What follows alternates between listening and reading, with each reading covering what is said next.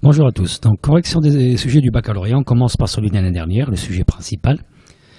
Il s'agit donc d'un robot de soudage. Et puis la partie ATC est formée par 4 blocs fonctionnels. La conversion, l'amplification, le filtrage et la conversion analogique numérique. La partie capteur est formée par des capteurs de force. Il y en a 4 en tout. R1, R2, R3, R4 montés sous forme d'un pont de Wheatstone. Et là, on vous dit que R1 et R3 sont égales à R0 plus delta R et R2 et R4 sont égales à R0 moins delta R. Donc, 2 qui fonctionnent en extension, on les allonge, et 2 en compression, on les comprime.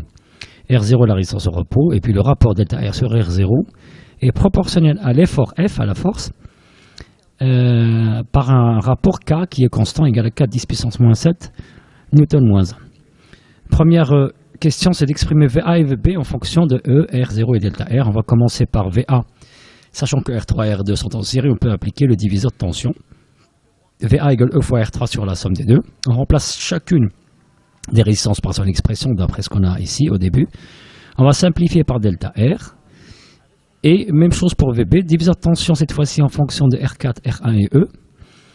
On remplace chacune des résistances par son expression et on simplifie là aussi par delta R.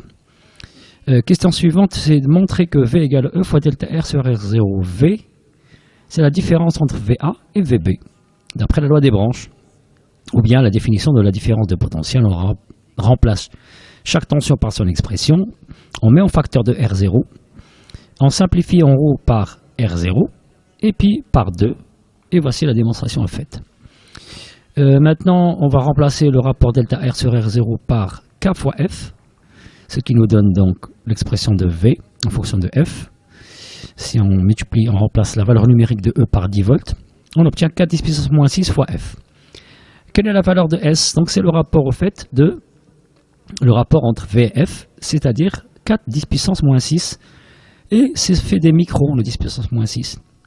Maintenant, application numérique directe pour lorsque F égale à 2500. 4 10 puissance moins 6 fois 2500, ça va nous donner 10 millivolts exactement pour Vmax. Deuxième fonction, c'est-à-dire celle du filtrage. Là, on vous donne... Ah pardon, avant le filtrage, il y a l'amplification.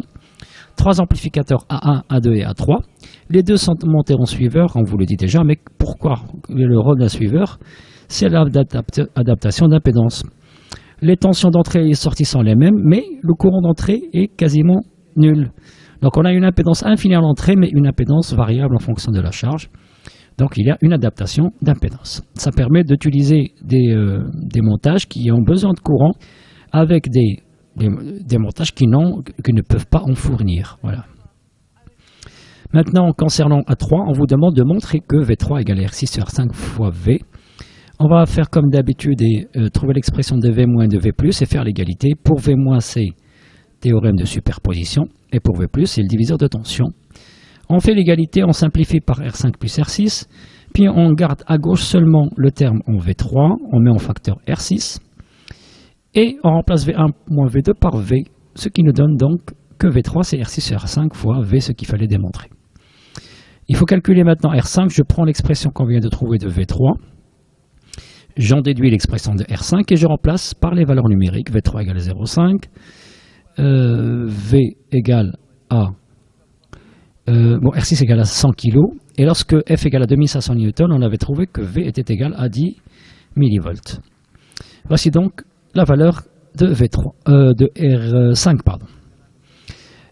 Troisième fonction FP3, c'est celle du filtrage. On vous donne cette fois-ci le diagramme de Bode et on vous demande de trouver Gmax et la fréquence de coupure. Pour Gmax, c'est pas compliqué, c'est 20, puisque c'est la valeur maximale qu'on a ici. Maintenant, pour trouver la fréquence de coupure à moins 3 dB, on sait que il faut donner quelle est la valeur de la fréquence qui nous donne un gain G égal à Gmax 20 moins 3, c'est-à-dire 17 décibels. Je repère ici 17 et je prolonge sur la courbe jusqu'à obtenir 6 Hz, c'est la fréquence de coupure. De quel filtre il s'agit? D'après la courbe, donc ce qui est inférieur à 6 Hz, il passe, mais dès qu'on dépasse 6 Hz, ça commence à être coupé. Parce que le gain diminue, ça veut dire que la tension de sortie diminue. Donc on passe bas. L'amplification maintenant, on vous demande de la calculer, mais on n'a pas de montage. Par contre, on vous donne la valeur du gain. Il faut donc se rappeler de la définition du gain qui est égale à 20 log de A. Et on déduire A. Donc log de A égale à G sur 20, c'est 1. Et donc A, c'est 10 à la puissance 1, c'est-à-dire 10. Puisque 10 à la puissance x, c'est la fonction inverse du logarithme. On veut en calculer V4. D'après l'équation A égale à V4 sur V3, on en déduit que V4, c'est V3 sur A, c'est 0,05 volts. Fonction FP4, c'est-à-dire la conversion analogique numérique. La formule de la conversion, c'est N égale à V4 sur Q, elle est donnée. Ce qui va nous permettre tout à l'heure de calculer le quantum. Maintenant, on vous dit que lorsque N égale à 200, V4 égale à 1 volt. Et que N au maximum égale à 1023. Il nous faut calculer la valeur pleine échelle, définie par PE égale à Q facteur de N max plus 1. Il nous faut Q d'abord, puisque N max on l'a déjà.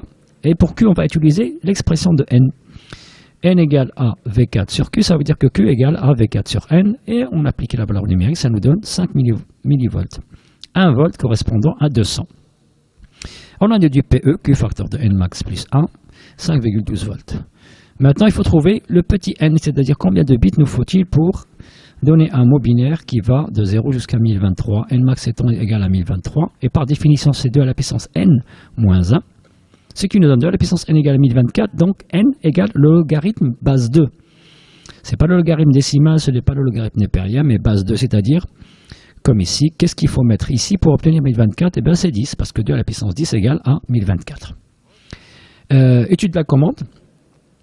Alors c'est un exercice standard, c'est-à-dire on vous donne un graphe 7 fonctionnel, puis un tableau qui résume les sorties et leurs actions, et les entrées aussi et leurs fonctions. Puis on vous demande de compléter le graphe 7, point de vue partie commande. Sur l'étape 2, c'est serrer l'étole donc c'est Q1. L'étape 3, il y a la temporisation, mais en même temps il y a le soudage, c'est-à-dire Q3. Pour passer de 3 à 4, il y a la durée T1 qui est écoulée, donc c'est T1. Pour l'étape 4, c'est Q1 forgé avec la temporisation T2, c'est-à-dire TT2, l'équivalent de TT1, mais ici c'est la deuxième temporisation. Et puis l'étape 5, vous avez relâché les tôles, c'est-à-dire Q2. Et la fonction ici, tôle relâchée, c'est-à-dire I3. Voici donc comment on complète le graphe 7 point de vue partie commande. Maintenant, le programme ladder, regardez l'activation et désactivation des étapes. M2, pour qu'elle soit active, il faudrait que M1 soit active, mais aussi que I1 soit égal à 1. C'est ce qu'on va rajouter ici. Pour l'étape 5, on regarde, c'est M4 avec T2, voilà, en série. Pour désactiver 5, il faut passer à l'étape suivante qui est M1. Et quand est-ce que Q1 est active? Elle est active à l'étape 2 et aussi à l'étape 4. On a déjà mis M4 ici, on peut rajouter M2. Pour Q2, c'est seulement à l'étape 5 qu'elle est active. Merci à vous.